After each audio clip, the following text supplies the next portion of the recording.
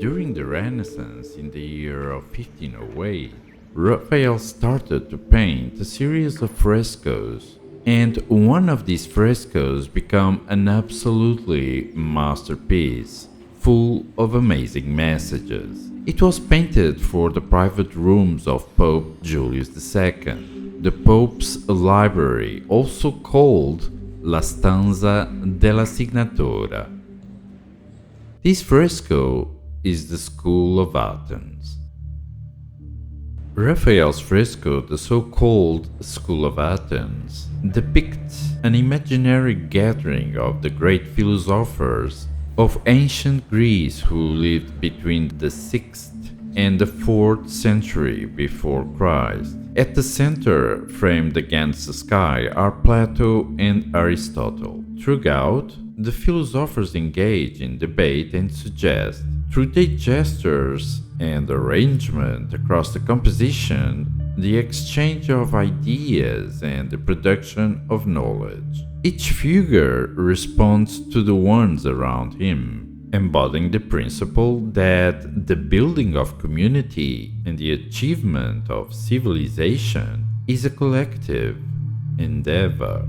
The composition visualizes how knowledge was developed and shared by generations of Greek thinkers, with the stairs doubling as a metaphorical gradient between intellectual pursuits at the top and applied ones at the bottom. The conversing figures on the steps express the fluid exchange between them. It is a picture aspiring to harmony, conceived with the aesthetics logic of a symphony. Extremely interesting is the fact that pagan gods are also present in this fresco in a Christian Pope library. The two big statues on the monumental background. At the left, there is Apolo, nude with his lyre musical instrument.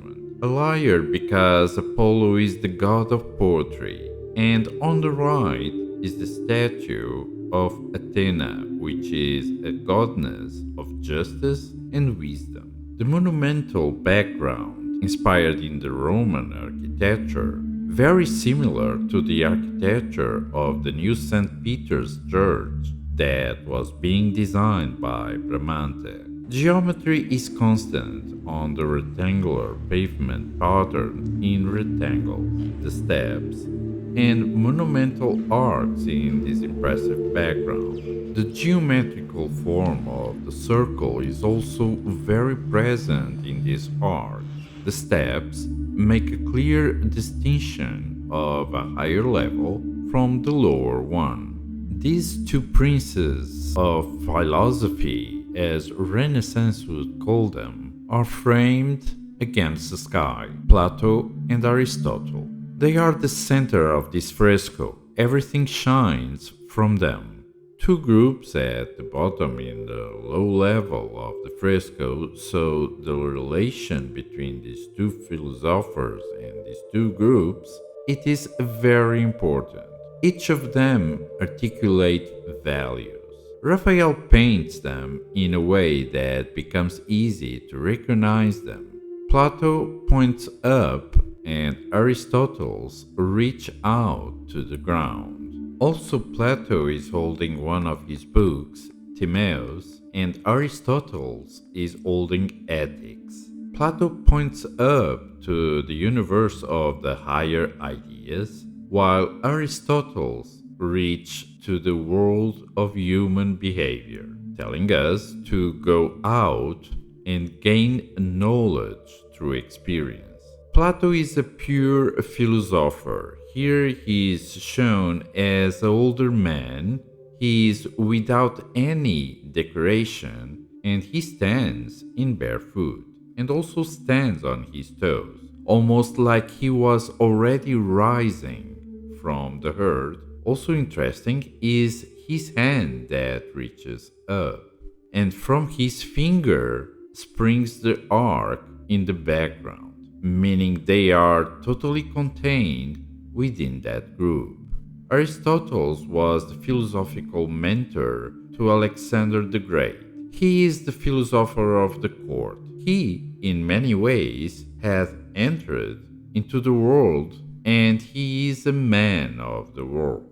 Their physical appearance also shows that Plato's beard is long and unkempt, while Aristotle shows more care and preoccupation with his hair and beard, well trimmed. Even the colors that Raphael used to paint their clothes, Aristotle's blue is much more expensive than Plato's red. He also wears gold and gold-trimmed sandals, and he stands flat on the ground, showing he is much more a figure of this world. So it is notorious the difference between Plato's verticality and the horizontality of Aristotle's. Again, the geometrical thinking. We see Socrates arguing and making his point.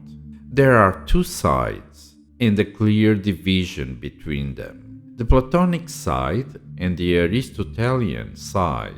If we look from the painting, the dexter side is the Platonic side. We have here two different structures. The paintings on the walls of La Stanza are School of Athens, philosophy; Dispute-Theology; poetry, Apollo and the Muses; and justice. Here we get the sense of the universal knowledge.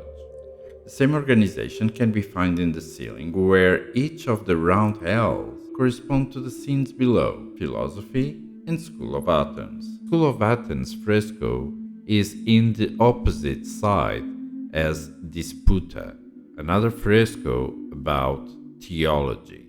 But they are at the same level, showing that they are both now in consideration. Before Renaissance, only theology was considered. This slate has the diagram of harmonic proportions that was discovered by Pitagoras. This way we have Pitagoras and Euclide. One shows the order of forms and other the order of numbers. These numbers represent the harmony of the spheres, the harmony of the universe, and that is what Plato is pointing. Plato is holding his book vertically, and the slate of Pitagoras is held up also in a vertical with a little bit of angle, and it is held up off the ground. Aristotle's is holding his book horizontally, and the slate where Euclid performs his demonstration is flat on the ground. Raphael paints himself in a corner of the painting. This autoportrait here gives an other dimension to the artist in the middle of the knowledge. Raphael here is surrounded by astronomers. We see one of them with a crown. This one is the royal astronomer, Ptolemy. And this figure here holding the astrolabe is the Greek geographer Strabo. Raphael is looking at us here in this corner, surrounded by mathematics, reminding us that in the 15th century, mathematics was the basis of painting, and Raphael, as a master of the perspective, is also a mathematician. On the collar of Euclid's dress, Raphael signs his initials, Raphael Urbino, so he is very connected to Euclid. In my channel I speak about art. I make videos about restoration of old paintings, iconography and symbology in paintings, and art objects I find in auctions and other exhibitions. So, if you are an art lover, this channel may be for you. Consider this. This figure personifies a melancholic philosopher, probably Eraclito. He is alone, closed in himself, and he holds a pen about to start to write. Like a poet, he is waiting for inspiration. This is probably a portrait of Michel Angelo. He is wearing boots. And in Michel Angelo future biography, wrote in the 16th century, it is confirmed that he was always wearing his dogskin boots. The fact that Raphael pays tribute to another artist, he defines that artist and the older mathematical rational basis of painting is about to change. Across this fresco, several of the models and figures here present do have the face and head of some of the Raphael's contemporanean artists or important references in the society. Here we see the portrait of Bindo Altoviti, an important friend of Raphael. In Euclid, the mathematician, this bald head is the head of Bramante, the St. Peter's Basilica architect. The melancholic man is the portrait of Michel Angelo. So it is clear that Raphael wanted to pay tribute to these persons. Here we see the representation of Diogenes, that in the future I will make a video about.